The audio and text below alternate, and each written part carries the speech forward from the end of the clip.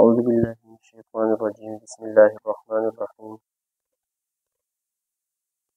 حافظوا على الصلوات والصلاة الوسطى وقوموا لله قانتين ديت الله پاک نمانځه متعلق حکم فرمایلی دی. دینه مخکې چې دی طلاق وغیره احکامات یعنې د عدت د طلاق وغیره د دینه بعد کې هم بیا د طلاق او د عدت احکامات دي. په منځ کې د مانځه تذکره الله پاک د دې تذکره وکړه. دې کې دې خبرې ته اشاره ده چې مقصود د تمام هر څه نه که د هغه د بندګانو حقوق دي او که د الله پاک مقصود څه دی، د دې ټول نه مقصود د الله پاک طرف ته توجه کول دي چې په هر طریقې چې د الله پاک توجه حاصل کړی شي. بیا مخکې د الله پاک احکام هم وو، لیکن د حقوق العبادو د بندګانو حقونه د طلاق وغیره یا د عدت دا پس طریقې دا ټول د بندګانو حقونه پکې هم. نو دې ته اشاره شوه چې د معاملاتو او معاشرتي زندګي نه یعنې د کور یا د خلکو سره د زندګۍ نه علاوه څه دی چې د هغې نه علاوه نور هم مصلحتونه یعنې د الله پاک توجه د هغې نه علاوه په بل څه هم حاصلېږي او خصوصي بیا په مانځه سره. بل دا چې کله په حقوق العباد یعنې د بندګانو حقونه چې انسان نه ادا کوي نو دی د الله پاک د دربار نه لرې کېږي، یعنې درګاه الهي نه لرې کېږي. چې کله سړی په بندګانو په حقونو کې کمی کوتاهی کوي نو دی د الله پاک نه لرې کېږي. نو چې د الله پاک نه لرې کېږي نو بیا چې د الله پاک هغه احکامات دې هم پاتې شي، یعنې هغه دې هم پاتې شول، هغه هم د الله پاک حکمونه او د بندګانو حقوق پکې هغه دې پاتې شول په یو ګناه کې. بیا د الله پاک د درګاه نه یعنې د الله پاک نه لرې کېږي د انسان چې د بندګانو حقونه نه ادا کوي. چې د الله پاک د درګاه نه لرې شو د الله پاک حقونه دې هم پاتې شول. نو مخکې د هغې تذکره ده چې د حقوق د بندګانو چې ادا کېږي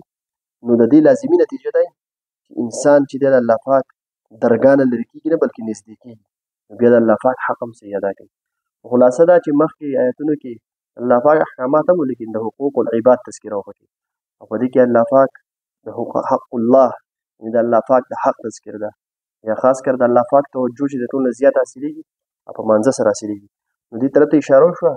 چې یوازې د معاملاتو او د معاشراتو باندې هم زندګي تېرول کافي نه دي بلکې د الله پاک احکامات یعنې مونځ وغیره دې طرف ته هم توجه پکار ده چې دا هم په صحیح طریقه ادا شي. نو حافظو علی الصلوات والصلاة الوسطی چې تاسو حفاظت کوئ یعنې خبردار تاسو څه کوئ باخبره اوسېږئ د خپل منځونو نه علی الصلوات د ټولو منځونو باندې حفاظت کوئ په خپل خپل وختونو ټول منځونه چې دی صحیح ادا کوئ. او بیا والصلاة الوسطی او خاص طور د مازدیګر مونځ وسطا په معنا ده منځتلارې مونځ. اوس منځتلاری مونځ دا څه دی نو که سوچ وکړئ نو هر مونځ منځتلاری راځي ځکه چې دا پنځه مونځونه دي چې کم یو ته به سهار مونځ دغه کوي نو دوه دې شاته راځي، دوه دې مخته ماسپښین نه هم د مازدیګر نه هم د ماښام نه هم ټول په منځ کې هر مونځ په منځ کې راتلی شي. لیکن په احادیثو کې د بعضې احادیثو د وجې چې په هغې کې د صلات وسطا تعیین شوی دی چې د دې نه څه مراد دی نو په حدیثو کې د مازدیګر مونځ اخیستی شوی دی. نو د اکثر فقهاو دغه دا دی چې مراد ترې د مازدیګر مونځ دی. بیا د تمام منځونو ذکر وشو نو په دې کې خو هم د مازدیګر مونځ راغی نو عام خطاب الله وکړو چې د ټولو منځونو بیا خاص طور د مازدیګر مونځ په هغې کې هم داخل و لیکن د دې هغه خلک چې یو خاص لازمي او اهمه خبره کوي نو هغې پکې بیا خصوصي وکړي دا پکې خاص خبره ده. نو بیا د مازدیګر د مونځ ته پکې خصوصیت سره د الله پاک تذکره وکړه. او دا ولې د مازدیګر مونځ کې عام طور انسان په خپلو کارونو وغیره کې داسې مشغوله وي چې دی څه غفلت کی یا نور څه داسې لبې وغیره د غفلت د وجې چې دی مازدیګر مونځ چې دی هغه نه ادا کېږي. نو په دې کې خصوصیت ته اشاره وشوه چې خاص کر د مازدیګر د مانځه بیا خیال ساتئ. او وقومو لله قانتین او ودرېږئ الله پاک ته یعنې د الله پاک مخې ته داسې ودرېږئ قانتین عاجزي کوونکي یعنې په عاجزۍ سره الله پاک ته ودرېږئ. یا او د عاجزي نه مراد په ادب چې څومره د مانځه آداب وغیره دي د هغې رعایت باندې چې د الله پاک مخ ته ودرېږي او مونځ ادا کولی کېږي. فإن خفتم فرجالا او رکبانا الله پاک فرمایي که تاسو په یره کې یئ یعنې تاسو داسې یره د دشمن یره او تاسو چې دی په خپل ځای یعنې په اطمینان سره امونه شئ نو دا مونځ دومره اهم فریضه ده فرجالا او رکبانا یعنې پیادلې وکئ بس تاسو داسې یو خاص جومات سره خو چې په مخه روان یئ پیدل نه مراد دغه عامه طریقه مراد ده. او رکبانا یا په سوارلۍ سره یې وکړئ. دښمن یره ده ورسره سوارلۍ نه کوزېږي وغیره نو تا ته یره ده. نو په دغه وخت کې چې دی که پیدل موخه میلاو شوه او که په سوارلۍ سره موخه میلاو شوه دومره ده چې په سوارلۍ وغیره باندې یا پیدل لمونځ کې نو دومره پورې ګنجایش دی چې په اشاره باندې وکړي. بیا پکې دا هم ګنجایش دی که یاره ډېره وه نو که قبلې ته دې مخ وي او که نه وي د سړي قبلې ته مخ وي او که نه وي لیکن لمونځ به په هر صورت ادا کوي. لیکن اشاره دومره چې د رکوع لپاره اشاره کېږي نو هغه هم یو اشاره ده لیکن د سجدې هغه اشاره بیا د رکوع د هغې نه لږه ښکته وشي چې هغې کې لکه اشاره زیاته وکړی شي. لیکن که داسې یره وه چې په سوارلۍ باندې لیکن شرط پکې دا ده چې دا ټول صورتونه چې که په سوارلۍ او که پیدلي لیکن چې په ځای ولاړ وي ځکه چې په تلو کې لمونځ نه کېږي په روانه کېږي. اوس که دومره یره وه عین جنګ دی بلکل د جنګ چې دی وخت دی او جنګ شروع دی نو په هغې کې خو سړی په ځای نه شي ودرېدی نو په دغه صورت کې بیا د لمانځه چې دی حکم دا دی چې قضا کوي به او بیا به وروسته د هغې قضا کوي. لیکن د اهمیت د وجې که په سوارلۍ او که په پیدلي په هر صورت چې د لمونځ چې دی دا به ادا کوي. فاذا امنتم پس کله چې تاسو په امن شئ یعنې د دښمن هغه یره درنه لاړه شي او خپل په اطمینان شئ نو فاذکروا الله کما علمکم ما لم تکونوا تعلمون نو یاد د الله کوئ څنګه چې الله پاک تاسو ته ښوولی دی خپله چې داسې طریقې سره یاد کوئ او تاسو هغې سره مخکې علم لرونکي نه وئ یعنې مخکې د تاسو دا طریقه نه وه معلومه چې کله اوس په امن شئ اوس دا خو د یرې حکم شو چې د دښمن وغیره یری نو په سوارلۍ وغیره یا په ویدلو په اشارې سره. لیکن چې تاسو کله په امن شئ اطمینان شئ دښمن وغیره هېڅ هم نشته عام حالات دي نو بیا د الله پاک ذکر نه مراد د الله پاک لمونځ په هغه طریقه کوئ چې کومه عامه طریقه ده موږ چې دا کومه عامه طریقه کوو نو په اطمینان او د سکون په وخت کې چې دی په دغې عامه طریقه باندې لمونځ وکړئ سړی خفه رکوع سجده هر څه په صحیح طریقې سره وکړي دغه ترې مراد دی. او ما لم تکونو تعلمون چې تاسو د هغې مخکې علم نه مخکې مونږ ته د لمانځه طریقه نه معلومه الله پاک د دې تذکره کړې ده چې لمونځ په داسې طریقې کوئ بیا په هغې طریقې سره دا لمونځ کوئ. والذین یتوفون منکم ویذرون ازواجا وصیة لازواجهم دې منځه د دې ذکر نه بعد الله پاک بیا هغه واپس هغه خبره شروع کړه. والذین یتوفون منکم چې که ستاسو نه کله وفات شي څوک ویذرون ازواجا او پرېږدي بیبیانې وصیة لازواجهم وصیت دې وکړي د خپلو بیبیانو دپاره متاعا د خرچې الی الحول د یو کال غیر اخراج بغیر د ویښتو د کور نه. اصل کې جاهلیت کې دا و چې د زمانه جاهلیت کې چې دی د کمې ښځو خاوند چې به مړ شو نو د هغو عدت چې و هغه یو کال و یعنې په هغه وخت کې به هغو یو کال عدت تېروه او بیا چې کله د اسلام زمانه راغله نو په هغې کې بیا موږ مخکې آیت وایي که نه 4 اشهر و 10 چې 4 میاشتې او 10 ورځې دی لیکن په دغه عدت کې وغیره کې دا احکامات د میراث نه نازل شوي په دغه وخت کې چې دی عدت خو به تېرېدو یو کال و لیکن احکامات د میراث نه نازل شوي نو احکامات د میراث نه نازل شي نو دې ښځې ته خو په میراث کې څه نه میلاوېده بلکې دا خو به په وصیت باندې مدار و مخکې آیات ویلی که نه اذا حضر احدکم الموت چې یو کس ته مرګ حاضر شي یا دې وصیت وکړي نو مخکې د میراث آیاتونه نه و چې میراث په چا چاته میلاوېږي خو مدار به د مړي باندې و چې هغه چا ته به مرګ راتلو چې به د چا لپاره وصیت وکړو د هغه مال به د هغه لپاره نور د میراث څه حصې مقرر نه وي نو په دې کې د ښځو رعایت ساتلی دی چونکې دې ته خو میراث کې څه نه میلاوېده نو د دې دا رعایت ساتلی چې د یو کاله پورې د طلاق نه بعد د یو کاله پورې چې دی دا په دغې کور کې د دې اوسېده دا د دې حق دی. دارنګې د دې خرچه وغیره نه نفقه څه چې لګي په خرچه کې هر څه راځي دا د دې حق دی. بیا یې خاوندانو ته حکم وکړو الله پاک چې دا د دې لپاره پکار ده چې دا د دې لپاره وصیت لازم دی چې د دې لپاره وصیت وکړي یعنې چې دا کم کال تېری وغیره چې د دې د یو کال د پوره خرچې وصیت وکړي او دا هم خپل وارثانو ته ووایي چې دوی به د کوره نه وباسي. لیکن کله چې بیا آیات د میراث نازل شو نو دا آیات د هغې سره منسوخ دی په دې باندې اوس عمل نه کولی کېږي دا حکم منسوخ دی په آیات د میراث سره ځکه چې دا خو د دې لپاره شوی او دا رعایت د دې لپاره الله پاک ساتلی و چې دې ته به څه میلاوېدل نو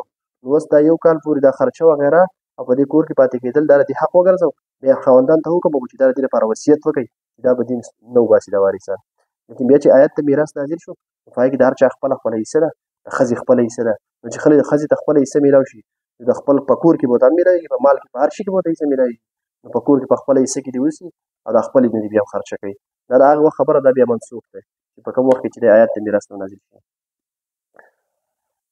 فإن خرجنا اوس که چېرې دا ښځې وځي یعنې حق خو د دې دا دی چې دې به نه وباسئ لیکن که دې په خپل اختیار سره وځي یعنې عدت پوره شو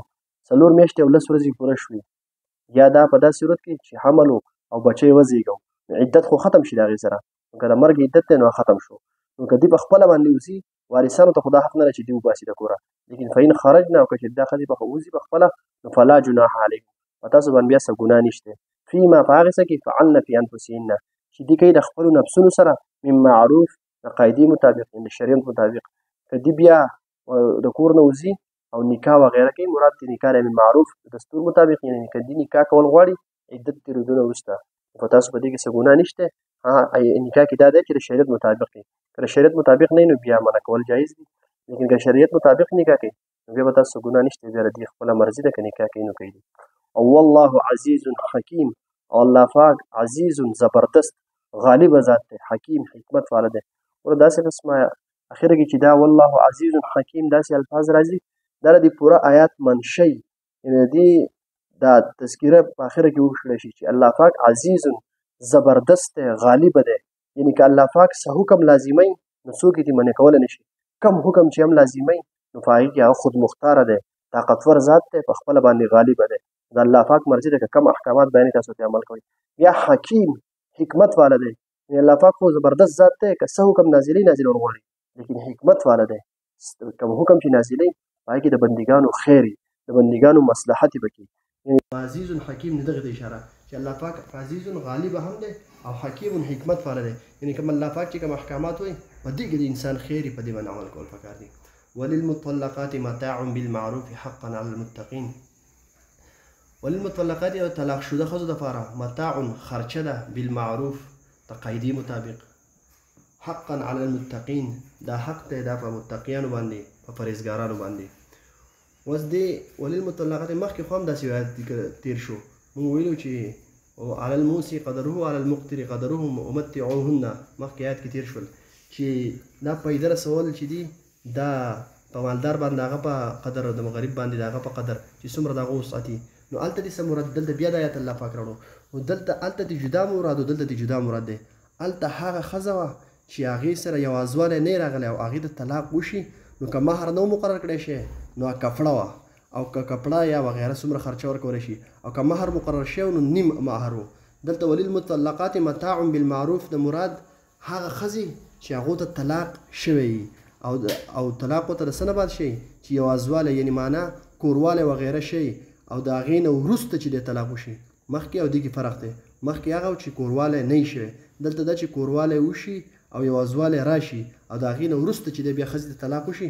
نو که مهر مقرر کړی شي نو د متاع بالمعروف نه دا دی چې هغه مهر دی ورته پوره ادا کړی شي او که مهر نه مقرر کړی شي نو بیا په هغې صورت کې مهر معاف نه دی مخکې صورت کې مهر معاف و دلته چې دی که یوازوالی راغی د ښځې سره نو بیا مهر د دې حق شو نو پوره مهر به ورکوي اوس خو مهر مقرر نه دی نو بیا موږ ویلو محرمي سلتي مراد دی محرمي سل هغه چې د هغه خوریانو په خاندان کې د ښځو څومره مهر وي هغه به ورکوي یا دې دغه مراد دی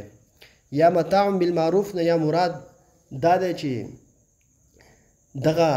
کفړه وغیره تی مراد دي لیکن فرق پکې دا دی چې دغه کفړه وغیره د یوې ښځې دپاره هغه ورکول واجب دي یعنې دغه فایده خرچه یوې ښځې له ورکول واجب دي او باقي ښځو له ورکول مستحب دي او هغه یو ښځه مخکې ذکر شوه هغه ښځه چې یوازوالی ورسره راشي مهر یوازوالی ورسره نه راغلی مهر هم نه مقرر نو په هغې صورت کې هغو ته اسم نه میلاویږي مهر موږ ویلي که نه چې مهر په هغو باندې نشته نو په هغې صورت کې هغې له دغه کفړه او خرچه ورکول واجب دي ځکه چې هغې ته هېڅ نه میلاویږي طلاق راغی او یوازوالی راغلی نه دی مهر خو د هغې واجب نه دی او مهر مقرر کړی شوی هم نه دی نو په هغې صورت کې د هغې صرف کپړه وه نو د یوې ښځې دپاره کپړه واجب ده او باقي د څومره طلاق شده ښځې چې دي د هغو دپاره څومره مهر میلاویږي یا نیم میلاویږي یا پوره میلاویږي نو متاع بالمعروف نه مراد دغه خرچه ده چې دا مستحب ده بیا په دې صورت کې مستحب ده دغه یوې ښځې دپاره واجب ده دغه خرچه ورکول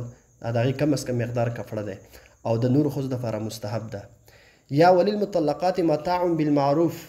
د متاع د دې فایدې او د دې خرچې نه مراد هغه خرچه ده چې کم په عدت کې د زنانه د طلاق وشي او د هغې عدت تېرېږي نو په دې عدت کې چې دی دې له خرچه ورکول څه دي دا لازم دي یعنې د دې چې په عدت کې کومه خرچه راځي دا دې مراد ده بهرحال د قرآن مجید آیات کې عموم دی وللمطلقات متاع بالمعروف چې طلاق شده ښځو دپاره فایده ده په دستور مطابق نو درې واړه صورتونه ته مراد کېدی شي یعنې د مهر صورت ته هم مراد کېدی شي چې مهر چې دی دا دې ورکړی شي او دغه کپړې وغیره صورت ته هم مراد کېدی شي خرچې او دا ته هم مراد کېدی شي په عدت کې چې کومه خرچه ده نو دا به پې کولی کېږي بهر درې وړه صورتونه دینه مراد کېدای شي. نو وللمطلقات د طلاق شوده ښځو دپاره متاع پیدا رسول دي او خرچه ورکول دي بالمعروف د دستور مطابق حقا علی المتقین او دا حق لازم دی په متقیانو باندې په پرهیزګارانو باندې. متقین یعنی چې د ځان د شرک او د کفر نه ساتي نو په هغو باندې لازم دی چې دغه چې دی خرچه وغیره د دغې ښځو له څه ورکي. کذلک یبین الله لکم آیاته دارنګې بیانوي الله پاک تاسو ته خپل آیات واضحه یعنی خپل احکامات الله پاک تاسو ته واضحه بیانوي. لعلکم تعقلون د دې لپاره چې تاسو ته عقل نه کار والی. د الله پاک چې د احکامات واضحه بیانوي د دې لپاره تاسو په دې سوچ او فکر وکړئ د عقل نه کار والی او عمل پرې وکړئ. ترجمې ته ورکړئ. حافظوا علی الصلوات حفاظت کوئ د تمامو منځونو والصلاة الوسطى او خاص کر د مازدیګر د مانځه وقوموا لله قانتین او ودرېږئ الله ته قانتین په ادب سره یا په عجزۍ سره. فإن خفتم پس که چېرې تاسو ته یری فرجالا نو پیاده دا منځونه کوئ او رکبانا یا په سوارلۍ باندې. فإذا امنتم پس کله چې تاسو په امن شئ فاذکروا الله پس یاد کئ الله لره کما علمکم څنګه چې الله پاک تاسو ته ښودلی دي ما لم تکونوا تعلمون تاسو ته د هغې علم نه و. والذین او هغه کسان یتوفون چې وفات شي منکم ستاسو نه ویذرون او پرېږدي ازواجا بیبیانې وصیة لازواجهم نو وصیت دې وکړي د خپلو بیبیانو دپاره متاعا د خرچې الى الحول د یو کاله پورې غیر اخراج بغیر د ویښکو د کور نه. فإن خرجنا پس که چېرې دغه ښځې وځي فلا جناح علیکم نشته دی ګناه په تاسو باندې فیما په هغې څه کې فعلنا چې دې کوي فی انفسهن د خپل نفسونو په باره کې من معروف د دستور مطابق. والله عزیز حکیم الله پاک غالب دی او حکمت والا ذات دی. وللمطلقات او طلاق شده ښځو دپاره متاع خرچه ده بالمعروف د دستور مطابق حقا علی المتقین دا لازم ده په متقیانو باندې. كذلك دغه رنګې یبین الله واضح بیانوي الله پاک لکم تاسو ته آیاته خپل آیاتونه خپل احکام لعلکم تعقلون د دې دپاره چې تاسو د عقل نه کار واخلئ. صدق الله.